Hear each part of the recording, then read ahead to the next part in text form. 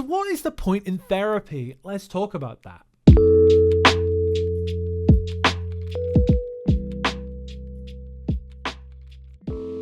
Hi, so Thunderhawk Coaching here. I'm Will. Today we're going to talk about what's the point in therapy. I'm almost going to advocate here for you not to come and work with me. But I want to talk about therapy today because I think therapy is really cool in a lot of ways. And when I say therapy, what I mean is the person-centered Reaganism kind of approach. So some people jokingly call it nodding therapy. But there are a lot of different types of therapy, guys. Spoiler alert. If you're not in that circle, there are a lot of different therapies. So, there's cognitive behavioral therapy, there's dialectic behavioral therapy, there's ACT, acceptance, compassion therapy, acceptance and compassion therapy. There's psychodynamic therapies. There are a lot of different therapies. Types of support, EMDR. There's IFS as kind of a newer approach, internal family systems. There's a lot of different types of therapy, but I want to go from the baseline, the Reaganistic approach, because some of you guys might be like, well, what's the point in therapy? How is what you do different to therapy? What is that about? So therapy is kind of like a treatment, usually for some kind of ailment. And the treatment is the relationship. So there's a very wonderful landmark study that was done a long time ago that basically says, regardless of the type of therapy you have, it's about the relationship that you have with your therapist. And that's why I love the Reaganistic person-centered approach. Carl Rogers, not Reagan. Carl Rogers, the Rogerian approach, because it's about the relationship. You have to feel connected and open and like you can explore and challenge yourself at your pace, right? So there's a lot of that in how I approach things, and I think that's super valuable. But sometimes, and this is my differentiator, you need a little push, and that's kind of coaching, right? So therapy takes you from like a negative, in my opinion, to a positive, to a neutral. And this neutral zone, my friends, is a really good place to be, because then you can like do whatever the heck you want to do, and that's really valuable about therapy. That's kind of one of the big points of therapy.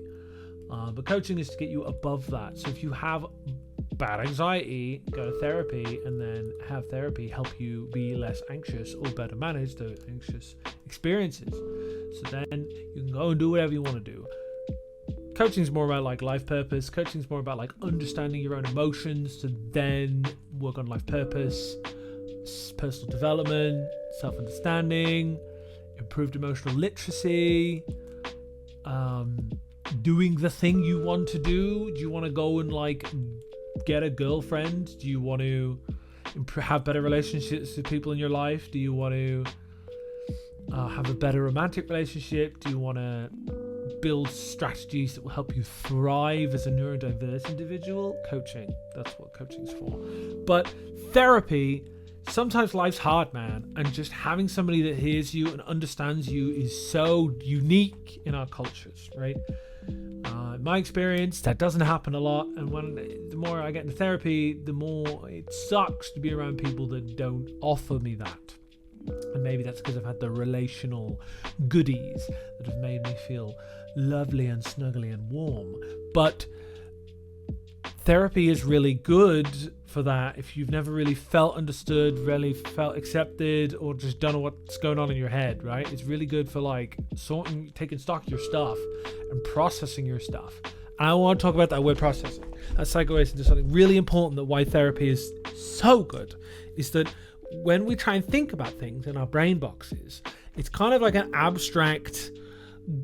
I often visualize it as like a walking through mist in your head, right? And when you have these thoughts and feelings and you're trying to process them and think about them in your head, you're just trying to grab smoke, right? They don't really take concrete form until you externalize them.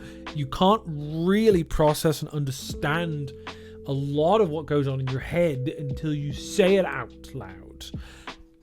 To another person also helps, because then you can get some feedback on how other people are receiving you, which can be really helpful for additional insight, especially if your therapist is like about that. The psychodynamic therapists are very much like that. Gestalt focuses on that kind of exclusively, but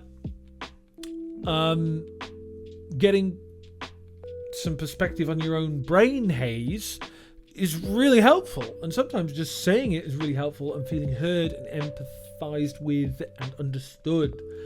And Mr. Rogers, Carl Rogers, my boy, love him, basically said, yo man, everyone wants to change, everyone wants to do better, everyone wants to improve. Just give them the space to feel understood and heard, and work with them and build a relationship, right? And that guy gets it, man, because every single person I've ever helped has been because I've been able to be present and listen to them and support them. The less forcing and doing I've done to people, the more that they've gone in the direction they want to go, and they've grown in their own way. And that's awesome, man, for two reasons. One, I get to focus on being me, and being me is helpful in the relationship with you, okay, or whoever the heck I'm working with. That's cool, because I like being me, and I think I like to think I'm pretty cool. So I like to give that vibe out to people. The other thing is, it's cool for you, because then you, as an individual who's having therapy, I have therapy too, man. Therapy's great. You get to build more understanding and awareness of yourself, and also learn more about how you navigate relationships, just by like being able to talk about things out loud and make connections about them, right? Because you ain't stupid. If you booted up this app and you're watching a video, there's some parts of you that might be a little stupid. There's some parts of me that are a little stupid. But we all get to learn a little more when we say things out loud. And a lot of people might be like, well, you can just go to ChatGPT. It does the same thing. It does not do the same thing. It's really great if you kind of need like an interactive notepad where you want to make some interesting connections. Some people do that. I ain't here to hate on that. But I really do feel like the relationship is so important in therapy. It's like all the value, man. If you don't feel like the person you're with gets you, or you click, then that ain't it. Leave therapy. Get out the door. Turn around now. You don't want them anymore, because your feelings about another person are really going to dictate the box of the relationship you move in, right? If you feel like you have to be a certain way around them, or you've got a certain framing of what you can and can't talk around with the person that you're working with on how you feel and improving your negative to your zero, you are gonna not touch on really important things, and you're not gonna grow and change. So you need that. That's more important than anything else. It doesn't matter what they look like, how smart they are. You need to feel like you're on a level with them. You can feel like you can just say whatever you want to say. And that's why therapy is great. And that's the point of therapy. So a little thing I want to add on the end here. When should you end therapy? I think you should end therapy when you feel like I'd say over a consistent time you feel better. So a lot of things I've noticed previously with some people is they go, oh, I've had a good week, or I've had a good couple weeks, I'm donezo, I'm out. Personally, I don't have any problem with that. You leave whenever the hell you want. For me, I give it at least like 2 to 4 weeks, or 2 to 4 sessions. Mostly because I'm cognitively kind of chaotic. Stuff happens. Sometimes I need to decompress and do some personal development stuff. If you want to leave after 1 week of feeling good, power to you. But I think you're missing a bit of a learning opportunity, a growth opportunity. When you are good in therapy, then you can go, okay, so like, how do I keep this? How do I keep this? How do I keep this feeling good? Let's explore that. I'm very curious. So I like to think I can try and find something as I go along in my little explorations. And feeling heard and understood is really helpful, because I don't get that in many other places in my life. I don't think a lot of us do either, which is why therapy is a thing. But that's where I'm going to leave it today.